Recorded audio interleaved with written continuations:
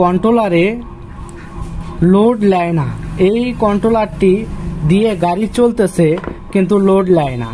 তো আমার কাছে নিয়ে আসছে এক মেকার ভাই। তো এই কন্ট্রোলারটার দেখা যাচ্ছে এক জায়গায় সম্ভবত দিয়েছিল, এ সোল্ডারিং করে আর ছেঁড়া বেড়া অবস্থা করে ফেলেছে। তো এটা আমি দেখব। লোড আসলে বেশ কয়েকটা কারণে নেয় না। সেটা হলো এই ক্যাপাসিটারগুলো যদি ফুলে যায় সেই ক্ষেত্রে লোড নেয় না।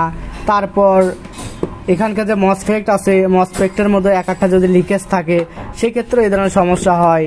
এমনকি আর যে মোটরের সেন্সর আইসি লাইন থাকে, এখানে ভোল্টেজগুলো অ্যাকুরেট না থাকলে এরকম সমস্যা হয়।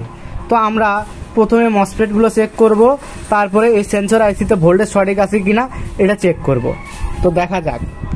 তো এই ধরনের কাজ যারা প্র্যাকটিক্যালি শিখতে আগ্রহী আছেন অবশ্যই বাংলাদেশের যে কোনো জেলা থেকে চলে আসতে পারেন। আমার ট্রেনিং সেন্টারে এই ধরনের কাজ প্র্যাকটিক্যালি শেখানো হয়। যাদেরকে দেখালাম তারা আমার ট্রেনিং সেন্টারে আসছে বাংলাদেশের বিভিন্ন জেলা থেকে। আপনারাও চাইলে এসে শিখতে পারবেন। এই যে মিটার আমি জিরো করলাম, ঠিক আছে, মিটার স্কেল ঠিক করে নিলাম। এখন মসফেট চেক করব।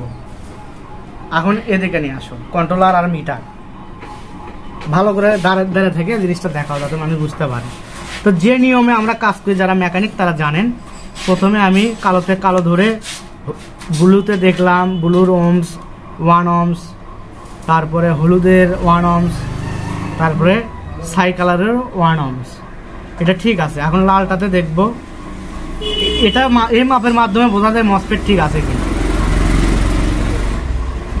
লাল তার থেকে এটাও 1 ohms শো করতেছে, তারপর ছাই কালার এটাও 1 ohms শো করতেছে, হলুদ কালার এটাও 1 ohms শো করতেছে।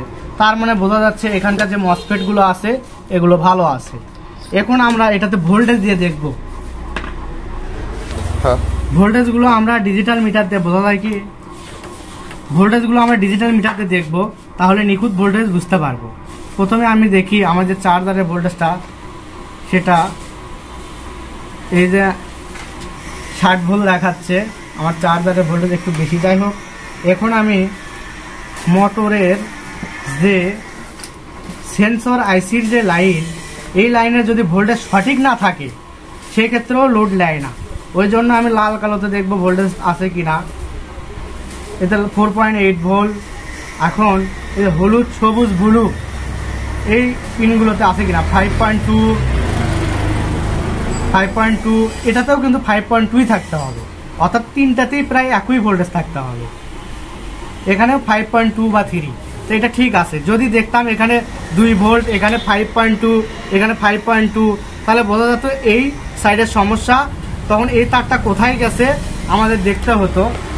এক্সাম্পল আমি ধরে নিলাম এই ব্লু কালার তারটা কোথায় লাগানো। ব্লু কালার তারটা এই জায়গায় লাগানো আছে। এই ব্লু কালার তারটা বা সবুজ কালারে যদি ভোল্টেজ কম দেখতাম, সবুজ কালারের তারটা কোথায় লাগানো আছে আমি দেখতাম। তো দেখে আমি এই যে সবুজ কালারের তার এই দিক দিয়ে এই রেজিস্টারে আছে, এই রেজিস্টারের এই পাশে ভোল্টেজ সঠিক আছে কিনা দেখতাম। যদি ভোল্টেজ সঠিক থাকতো তাহলে এই রেজিস্টারটা চেঞ্জ করে দিলেই হতো। তো এটার মূলত আইসিরও ভোল্টেজ ঠিক আছে, তারপরেও এই সমস্যা হচ্ছে। এখন আবারও আমরা খুঁজে দেখব যে এখানে কোনো ট্রানজিস্টর বা রেজিস্টরের কোনো গোড়া, তারপরে এখানকার 14 ভোল্ট ঠিক আছে কিনা। 14 ভোল্ট মসফেটের 3 সাইডে 14 ভোল্ট ঠিক আছে কিনা দেখতে হবে। এই ভোল্টেজটা সঠিক না থাকলে এরকম সমস্যা হয়।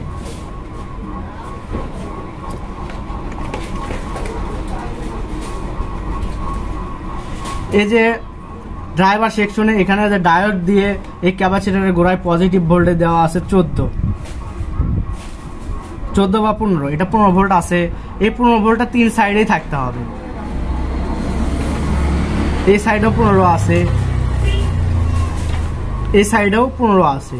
এই 15 গুলো ডায়োড দিয়ে পাস হচ্ছে কিনা এটা দেখতে হবে। এই যে এর পাশেও পাস হচ্ছে, এর পাশেও পাস হচ্ছে। মিটার সম্ভবত নড়ে গেছে। এখানে ভোল্টেজ পাস হচ্ছে 17 আর ওগুলোতে আছে 15 ভোল্ট। এই যে দেখুন এগুলোতে আছে 14 বা 15 ভোল্ট আর এখানে পাস হচ্ছে 16 বা 17 ভোল্ট। এটাই সমস্যা। এটা কি কারণে এই জিনিসটা আমরা দেখব, এমনকি সমাধান করব। তো এই রকম হইলেই সেক্ষেত্রে গাড়ি সঠিকভাবে চলবে না, লোড নেবে না, এই সমস্যাগুলো হবে। তো এটা আউটপুট ভোল্টেজ হয়ে যাচ্ছে 16-17 ভোল্ট। এটা কি কারণে, এটা কিভাবে সমাধান করি, অবশ্যই পুরো ভিডিওটি মনোযোগ সহকারে দেখবেন। এমনকি আমার চ্যানেলে নতুন দর্শক হলে চ্যানেলটি অবশ্যই সাবস্ক্রাইব হবে। এই সমস্যা কিন্তু এখানে পিএফ থাকে, এই পিএফটা দেখা যাচ্ছে ফেটে গেছে। দেখি, দেখাও তো। এই পিএফ ফেটে গেছে। এই পিএফের কারণেও কিন্তু এরকম সমস্যা হতে পারে। তো এই পিএফটা আমরা চেঞ্জ করে দেখব সমাধান হয় কিনা।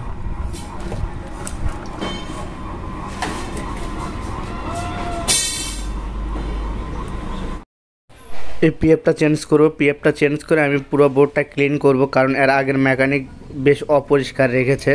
তো তারপরে আমি ভোল্টেজগুলো টেস্ট করতেছি। ভোল্টেজ টেস্ট করে দেখব সবগুলোর ভোল্টেজ অ্যাকুরেট আসে কিনা। ইলেকট্রনিক্স ডিভাইস বা এই অটো কন্ট্রোলারের সাবজেক্ট অনুযায়ী ড্রাইভার সেকশনে 3 সাইডে 14 বা 15 ভোল্ট যেগুলো বলি, সেগুলো অ্যাকুরেট ভোল্টেজই হইতে হয়। সেটা যদি অ্যাকুরেট না হয়, সেই ক্ষেত্রে সেই গাড়িতে নানান ধরনের সমস্যা হবে, লোড নেবে না বা ভালো চলবে না।